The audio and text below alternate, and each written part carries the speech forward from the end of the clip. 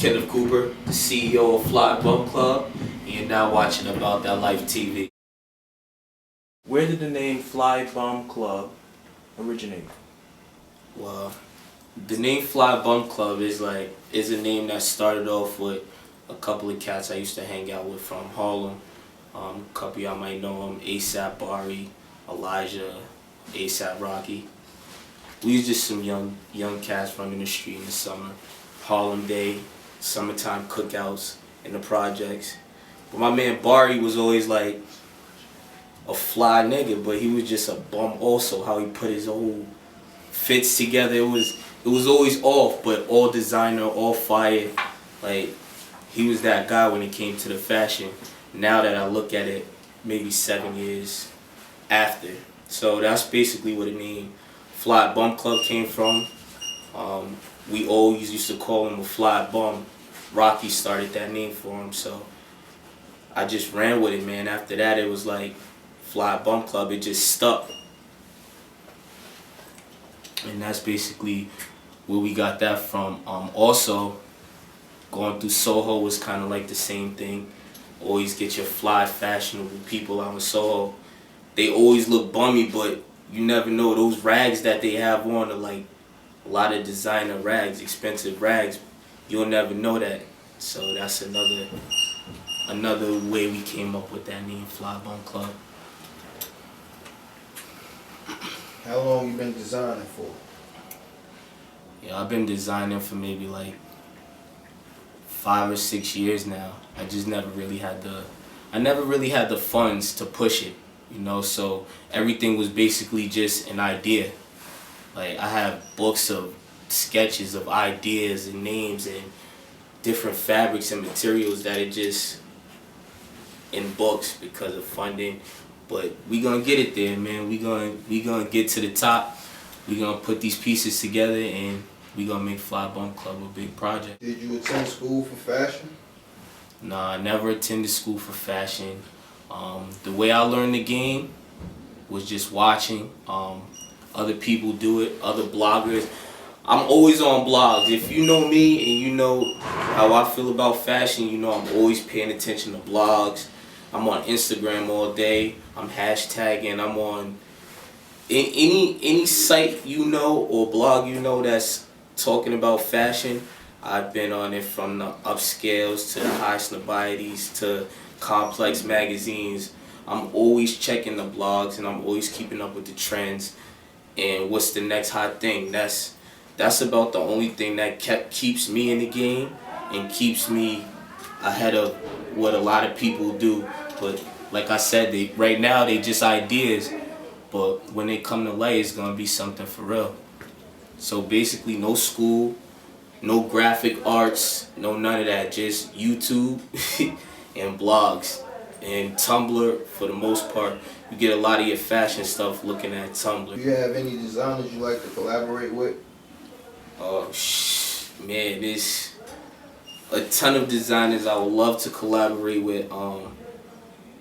Off the top of the head right now, one that I'm really interested in is Ronnie Feig, man, because basically all his collabs are all hits.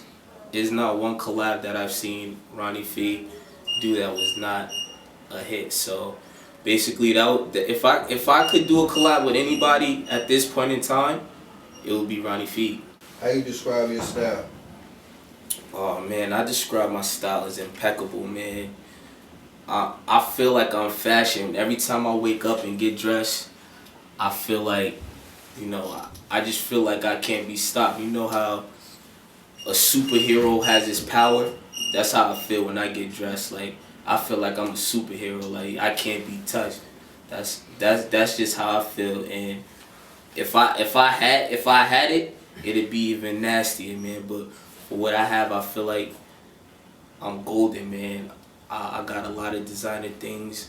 I like nice things, so I feel like I'm golden. What's in store for FBC in the future, 2017? Going forward, FBC is gonna be all hits, How I want to create this brand is I want it to be an exclusive brand. So basically everything I do at FBC is gonna be exclusive drops. I don't want to do anything you're gonna catch in the store months later.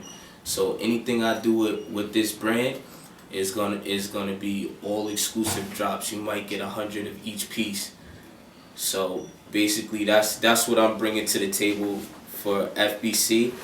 I don't want it to be an oversaturated brand where you could find it in, you know, this store and that store, and you want FBC, you gonna find it on the day it drops, and if it's still there 3 days later, then I gotta come up with a better idea.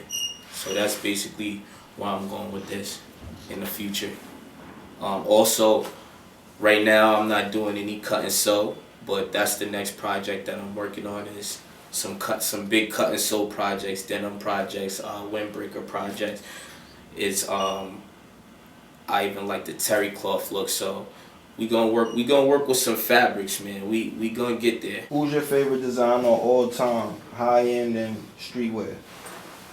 Alright, so for the streetwear, I'm gonna have to go with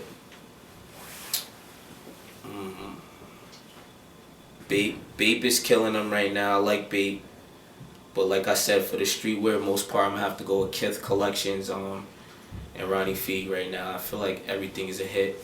He's not missing at all with any project that he's put together.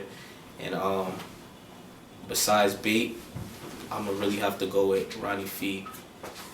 For high end, I like everything, man, from Balenciagas to Margielas to your Fendi's. You got your Dior's, your Dior Homes, your Balmain. But I'm gonna have to go with Gucci, man. I grew up on Gucci. I seen them go through a lot of ups and downs with the fashion. But right now, I think what they're doing is everything is sticking with the snakes and the floral collections. I think it's a real hit Gucci got right now. So I'm gonna have to go with Gucci.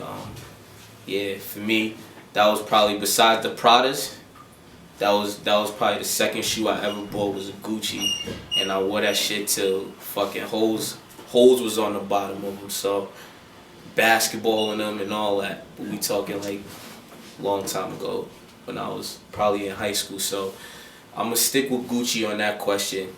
I like everything they're doing right now with their collection. What's Vision and Stitch, and how did it come about? Vision and Stitch is basically my second business.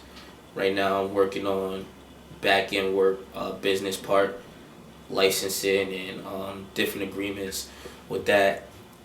That's basically my embroidery company, my logo and design company is Vision and Stitch. So I'm working on that right now. We start from the ground up. A lot of work to be done, but basically with that, what I'm gonna be doing is putting not only my own work together through this warehouse that I have built, but I will also be able to manufacture for other companies and other designers who are trying to come up in the game and make a name for themselves just like me.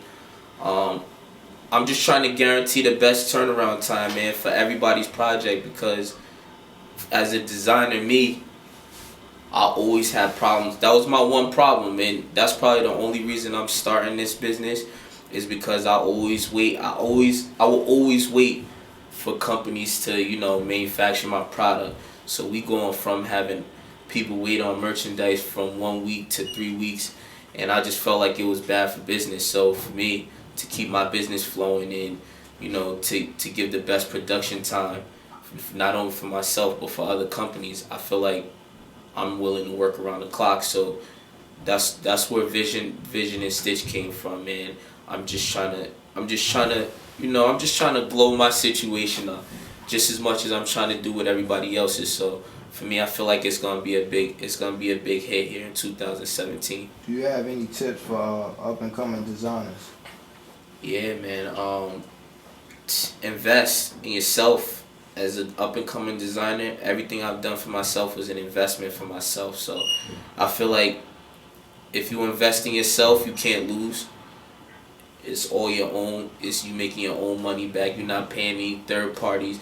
you just basically doing your own thing, man. You don't have to answer to nobody. But the biggest thing is invest back into your business also. So if you know me, you know how long I've been doing the FlyBumClub thing.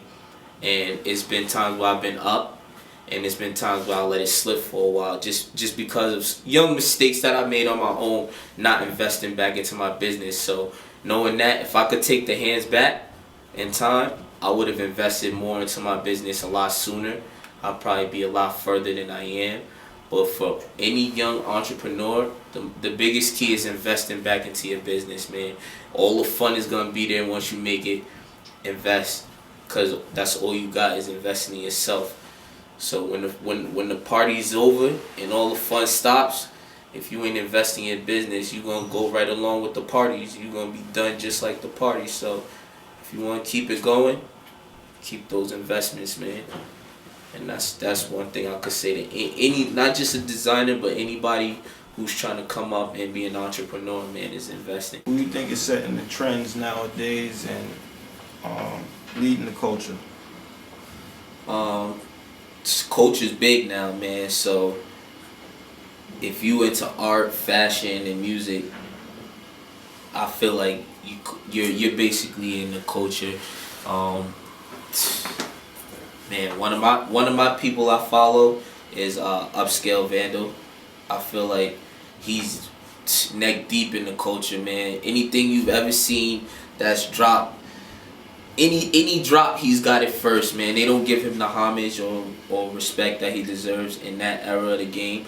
But just watching him on blogs and on Instagram through Instagram Live and all of that, I feel like I've been keeping up with him for a while. So with art, fashion, modeling, from your favorite jeweler, to music, he's nailed it all around with what he's got going on. So I'm gonna say Upscale Vandal has, like, in my opinion, one of the biggest impacts on the culture right now. And not saying that for anybody else, but for me, I feel like I gotta go with Upscale Vandal when it comes to the music, the art, and the fashion, man. He all around. He nails it every time. Even food, man. This guy eats at the best spots. So if you Upscale Vandal, man, that's a person. If you into culture, follow that guy. Who's your target market? My target market is basically, I don't want to be in the high end culture. My target market is streetwear, skateboarders, bikers, BMX.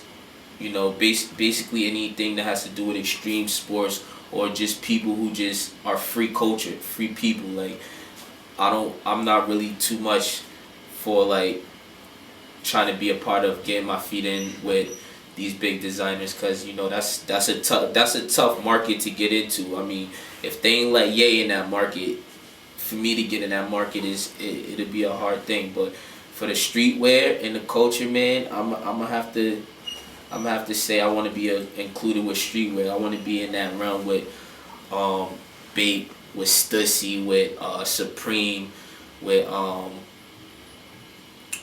with lines like that. So that's basically where I want to be at. Like, I want to be put in a category with those type of lines. So basically, that's who I'm gonna put FBC FlyBumClub in the category with streetwear and street fashion, whatever you want to call it. What keeps you motivated? Oh man, honestly, for me, I never want to be flat broke where I can't take care of myself, where I can't take care of home, where I can't take care of my family. So basically, that's all my motivation, man, and to just give back when I can to those who need consultations or want to talk. Like, that's motivation for me. Like, seeing other people that buy into my product, that's motivation to me to keep going. Cause I could stop, but I know if I stop, like, I just feel like I can't stop, man. And the people motivate me, my friends motivate me, my family motivates me. So it's nothing like having people who got your back, man, and that just makes you want to work even harder. So for me, the motivation is the people around me and never wanting to be at rock bottom and taking care of home and, you know, giving back when I can. So all of that is a part of my motivation, man. How can we find your clothes? Well, right now, I have a few pieces, a few hats, dad hats on my website, www.FlyBumClub.com. Here's a card right here, you know. And what I'm going to do within this next month is I'm going to fill that website up, man. I'm dropping like 8 new pieces, dope, from hoodies to jackets to long sleeve tees, regular t-shirts. And I'm just trying to mix the game up, man. I'm gonna really shake the game up with this 3M project that I'm working on right now. And you know, it should be hitting the streets within the next 3 weeks. So stay tuned. I got a pop-up shop coming maybe within the next month, 3 weeks to a month. So just stay tuned, man. I got a lot of big things coming, FBC. And I mean, even though I'm not out here on the blogs every day, I'm really working, man. But for me, I feel like the best thing that that's happened is, you know, I made a big move. I made a big move in my life recently, and I feel like it's probably the best move that I've ever made in my life. You know, they say while you're in your 20s, go hard or go home. So basically, I left my job. You know, I'm currently only employed by my own business, and I feel like it's probably the best thing that I could have done for myself, because it's been a week and some change, but I feel like I've got more done in that time than I've got done in months of working a 9 to 5. So for me, leaving a 9 to 5 was a big step in my life. You know, I'm only gonna keep thinking positive. I'm gonna stay on a positive note, and I'm just gonna glow up, man. I'm gonna bust my ass every day from sun up to sundown, and that's how we're gonna make this movement work. Is there anything else you want to tell the people before we cut out?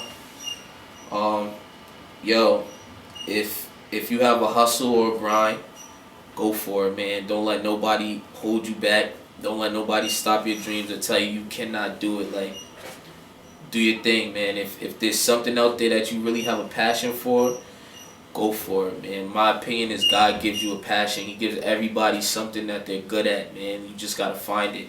Once you find it, run with it, man. I'm telling you, it can't hurt. It can't hurt to try. You gonna fail, you gonna get back up. So try it, man. Don't ever settle. Never settle for less, man. And that's all.